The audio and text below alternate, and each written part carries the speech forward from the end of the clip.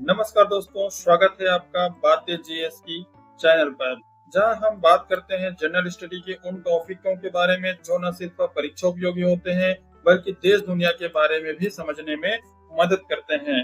आज हम बात करने जा रहे हैं वर्ल्ड बैंक के बाद IMF है। ये होता है इंटरनेशनल मॉनेटरी फंड। ये होता क्या है, ये किस लिए बना था, भारत का इससे क्या रिश्ता है, इसके बारे में बात करेंगे और क्यों दुनिया की सबसे ताकतवर आर्थिक संस्थाओं में से एक माना जाता है। वीडियो को पूरा जरूर देखें क्योंकि इससे परीक्षा रिलेटेड है और ये दूसरी चीज है कि हमें इसके बारे में समझना भी है कि वास्तव में होता क्या है, ये किस तरह से देशों को जाल में फंसाते हैं और किस तरह से उन्हें लोन देते हैं। और तो पहले बात करते हैं IMF की स्थापना कब हुई थी। ये 1944-45 की बात करते हैं क्योंकि 1944 में दो साथ साथ हुआ था, एक हुआ था वर्ल्ड बैंक और एक हुआ था IMF। वर्ल्ड बैंक की भी स्थापना 1944 को हुई थी और IMF की जो स्थापना है 1945 को हुई थी, क्योंकि इन दोनों का जो नींव रखी थी, एक जो सम्मेलन हुआ था ब्रिटेन वुड्स सम्मेलन के नाम से जाना जाता है, जो कि अमेरिका के एक राज्य है हैम्पशायर राज्य, वहां पे हुआ था। इनका मुख्य उद्देश्य था कि वैश्विक स्थिरता लाना, वैश्विक वित्तीय स्थिरता लाना, युद्ध के बाद जो बिखरी हुई अर्थव्यवस्था है उनको समेटने का काम, उसे खड़े करने का काम करना, मुद्रा विनिमय दरों को स्थिर रखना और देशों को आर्थिक संकट से उभारने का काम करना।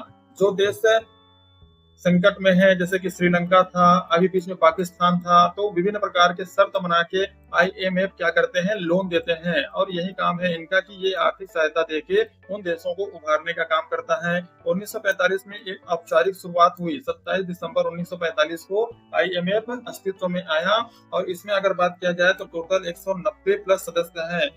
IMF क्या काम करता है, इनका मुख्य काम होता है कि ये सदस्य देशों को, जो इनमें 190 सदस्य देश हैं, उनको आर्थिक संकट में क्या करता है, लोन देने का काम करता है और लोन देने के साथ साथ विभिन्न प्रकार के शर्त बनाते हैं। मुद्राओं को स्थिरता बनाए रखता है, जो कि बहुत सारे जो HDR है, स्पेशल ड्राइविंग राइट के नाम से जाना जाता है, उनको भी ये क्या करते हैं, स्थिरता बनाए रखते हैं। ग्लोबल फाइनेंस कॉर्पोरेशन बढ़ाना, यानी पूरे विश्व में जो वित्तीय सहयोग है उनको लेके चलना, आपस में ट्रेड करना, वैश्वीकरण का निर्माण करना। भारत का जो वैश्वीकरण, जो LPG आया था, वो IMF के ही थ्रू आया था। IMF ने क्या किया था, हमें शर्त मनवाए थे और शर्त के थ्रू हम LPG रिफॉर्म लाए थे। और LPG यानी जो लाइसेंस राज था, लिबरलाइजेशन जो लाइसेंस राज था उसको खत्म करना था। उसी तरह से ग्लोबलाइजेशन यानी हम वैश्विक व्यापार करना था। और प्रॉफिटाइजेशन, जिसका मेन मकसद था कि जो निजी कंपनियां हैं उनको भी सहायता देना था, वित्तीय सहायता के द्वारा उनको भी आगे बढ़ाना था। तो टोटल मिला के अगर देखा जाए तो प्राइवेट और गवर्नमेंट जो कंपनियां हैं वो आपस में मिलकर अर्थव्यवस्था को आगे बढ़ाने में काम किया। 1991 में जब भारत का LPG आया तब फिर हमारा जो इकोनॉमी है वो बूस्ट किया। और ये किसका देन है, ये IMF की जो शर्त है, उस समय हम जो पैसे लिए थे, कर्ज लिए थे, उसका ही देन है। लगभग 2.2 बिलियन डॉलर के आसपास इनसे हम उधार लिए थे, कर्ज लिए थे। इससे हमें टेक्निकल मदद देना, जैसे कि टैक्स सिस्टम में रिफॉर्म करना हो, बैंकिंग सुधार करना हो, तो इसके लिए ये काम करता है। कहीं पे अगर जैसे कि टैक्स बढ़ाना है, लेकिन ये शर्त मनवाता है। अगर कोई देश को अगर ये लोन देता है, कर्ज देता है, तो उस देश को पहले शर्त मनवाते हैं, फिर ये सब काम करने का काम करता है। जैसे कि पाकिस्तान को लोन दिया था, लगभग 1 बिलियन के आसपास दिया था, या बीच में 60 मिलियन के आसपास दिया था। तो उस समय वहाँ के जो पेट्रोल का दाम था वो 200-300 रुपये चलने लगा था। तो ये कहीं ना कहीं टैक्स सिस्टम में भी रिफॉर्म करने का काम करता है। कंट्रीज की जो इकोनॉमी है उस पर निगरानी रखती है कि उनकी अर्थव्यवस्था कैसे चल रही है, कौन सी दिशा में है, और विभिन्न प्रकार के ये रिपोर्ट भी जारी करते हैं, जैसे कि GDP पर रिपोर्ट जारी करते हैं। उन देशों को मदद देता है जो बैलेंस ऑफ पेमेंट क्राइसिस से जूझ रहे होते हैं, यानी जिनके पास विदेशी मुद्रा खत्म हो गई है। विदेशी मुद्रा कौन होता है, डॉलर खत्म हो गई है, उनको क्या करते हैं, ये लोन देने का काम करता है। नेक्स्ट बात करते हैं IMF की फंडिंग कहाँ से आती है, इनको पैसा कहाँ से मिलती है, जिसके माध्यम से ये दूसरे देशों को लोन देते हैं। IMF के जो सदस्य देश हैं एक निश्चित राशि का योगदान रखते हैं, जिसे कहा जाता है कोटा सिस्टम। ये कोटा सिस्टम के माध्यम से इनको पैसा मिलता है IMF को, और IMF क्या करता है, दूसरे जो देश हैं उनको लोन देते हैं जो आर्थिक संकट से जूझ रहा होता है। यह जो कोटा देश है वो GDP के आधार पर, विदेशी मुद्रा भंडार के आधार पर कि उस देश में कितना विदेशी मुद्रा भंडार है, आर्थिक स्थिरता कैसी है, कहीं वो बैंकक्रप्ट तो नहीं हो गया है आदि के आधार पर तय करती हैं और उस पर यह ध्यान देती हैं कि कितना हिस्सा उनका रहेगा। इसलिए ये कोटा सिस्टम तय किया जाता है। कोई देश कितना लोन ले सकता है, आईएमएफ में उसका वोटिंग अधिकार कितना होगा और उसका प्रभाव कितना पड़ेगा, ये सब डिसाइड कौन करता है? आईएमएफ करता है। और किस आधार पर करता है? उस देश के जीडीपी के आधार पर करता है, विदेशी मुद्रा भंडार के आधार पर और आर्थिक स्थिरता के आधार पर। अमेरिका का जो कोटा है सबसे ज्यादा देखने को मिलता है लगभग 17% के आसपास, और हमारा जो कोटा है लगभग 2.2% के आसपास देखने को मिलता है। यानी जो एचडीआर है उसमें भी अपना प्रतिनिधित्व है, लेकिन सबसे ज्यादा जो प्रतिनिधित्व है वो अमेरिका का है, वो लगभग 17% के आसपास देखने को मिलता है। अब बात करते हैं आईएमएफ की संरचना, स्ट्रक्चर क्या है इसकी। आईएमएफ की प्रमुख जो इकाई होती है जैसे कि बोर्ड ऑफ गवर्नर्स, ये इनमें जितने भी जो सदस्य देश हैं वित्त मंत्री और केंद्रीय बैंक गवर्नर होते हैं।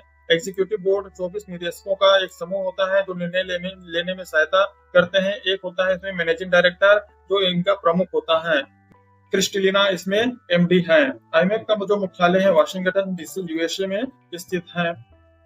अब बात करते हैं आईएमएफ और भारत का क्या रिश्ता रहा और किस तरह से अभी तक हम आईएमएफ के दिशा निर्देश, तकनीकी और उनकी सहायता से हम नए नए काम किए जा रहे हैं। भारत आईएमएफ का पहले से ही संस्थापक सदस्य रहा। जब इसका निर्माण हुआ था 1944 में, तब से ये इनका सदस्य है। हालांकि इसका जो बन के आया था 1945 में इसकी स्थापना हुई थी।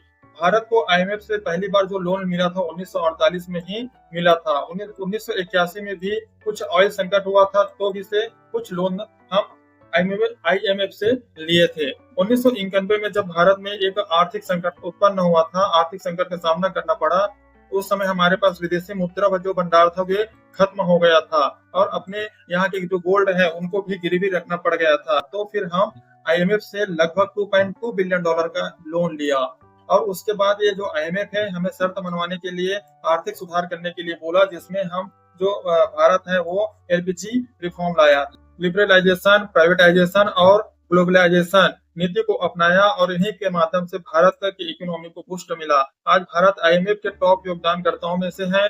भारत का जो कोटा है लगभग 2.75% है जो वोटिंग अधिकार भी तय करता है। ये अब बात करते हैं आईएमएफ की आलोचना होती रही है। बीच बीच में आईएमएफ का आलोचना इसलिए होती है, इसका मुख्य कारण क्या क्या है। पहला कारण है कि ये कड़े शर्त लगाते हैं। जब भी ये किसी देश को लोन देते हैं तो ये बहुत बड़े बड़े शर्त लगाते हैं। उस देश के टैक्स रिफॉर्म, बैंक रिफॉर्म ये करवाने के लिए रेडी हो जाते हैं। इसलिए हम अधिकतर इनसे टैक्स लेने से बचते हैं। वो तो अपने पास विदेशी भंडार खत्म हो गया था, इसलिए हमें वहाँ आईएमएफ से लोन लेना पड़ा। और आईएमएफ लोन तो देता है लेकिन समय समय पर स्ट्रक्चर रिफॉर्म मांगता है, जैसे कि सब्सिडी क्या है, कटौती करना है नहीं करना है, सरकारी खर्चा घटाना है नहीं घटाना है, टैक्स रिफॉर्म करना है नहीं करना है, ये सब क्या है, ये लोन शर्त मनवाने का काम किसका है? आईएमएफ करता है अगर वो किसी देश को लोन देता है तो। दूसरा चीज है कि लोकल इकोनॉमी पर असर डालता है। आईएमएफ के शर्तों से कई देशों को गरीबी की ओर बढ़ जाते हैं, यानी वो देश उस ऋण को नहीं चुका पाते। अमेरिका का जो वर्चस्व है वो सबसे ज्यादा देखने को मिलता है। आईएमएफ का पर अमेरिका और यूरोप दोनों का वर्चस्व ज्यादा है।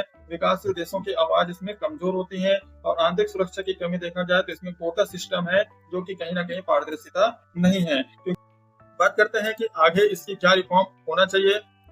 हाल के वर्षों में बात किया जाए तो आईएमएफ ने कई नए सुधार किए हैं, जैसे कि क्लाइमेट चेंज फाइनेंसिंग, यानी जो पर्यावरण के क्षेत्र में पर्यावरण जो क्लाइमेट चेंज हो रहे हैं उसमें आर्थिक सहायता देने के लिए ये रेडी हो गए हैं। एचडीआर स्पेशल ड्राइविंग जो राइट है, आईएमएफ ने डेवलपिंग नेशन को मदद देने के लिए एचडीआर जारी करता है और कोविड के बाद ये सहायता देना फिर से ज्यादा तक शुरू किया। और भारत के लिए इसलिए क्योंकि ये तकनीकी सहायता देता है, आर्थिक नीति बनाने के लिए सलाह देता है, वैश्विक मुद्रा रिपोर्ट भी लेता रहता है। तो ये मुख्य रूप से रिफॉर्म और हाल की स्थिति है। बात करते हैं किस हिसाब से इसका टाइमलाइन है। 1944 में ब्रिटेन वुड्स सम्मेलन हुआ था, उसके बाद 1945 में आईएमएफ की स्थापना हुई थी, 1947 में भारत सदस्य इसका बना।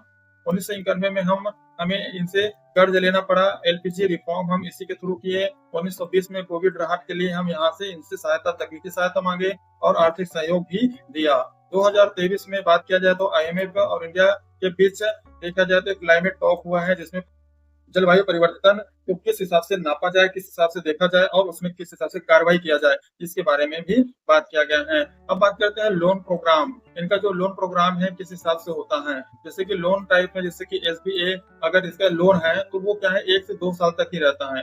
जैसे कि किसी देश को तत्कालिक संकट हो गया तो उनको क्या करना है, ये लोन देने का काम करता है। इनका मकसद ये नहीं होता है कि कोई भी देश को छोड़ देना है, ये सभी देश को लेकर चलता है क्योंकि ये विकसित देश है और ऐसा नहीं चाहता कि जो भी गरीब देश है वो और गरीब हो जाए।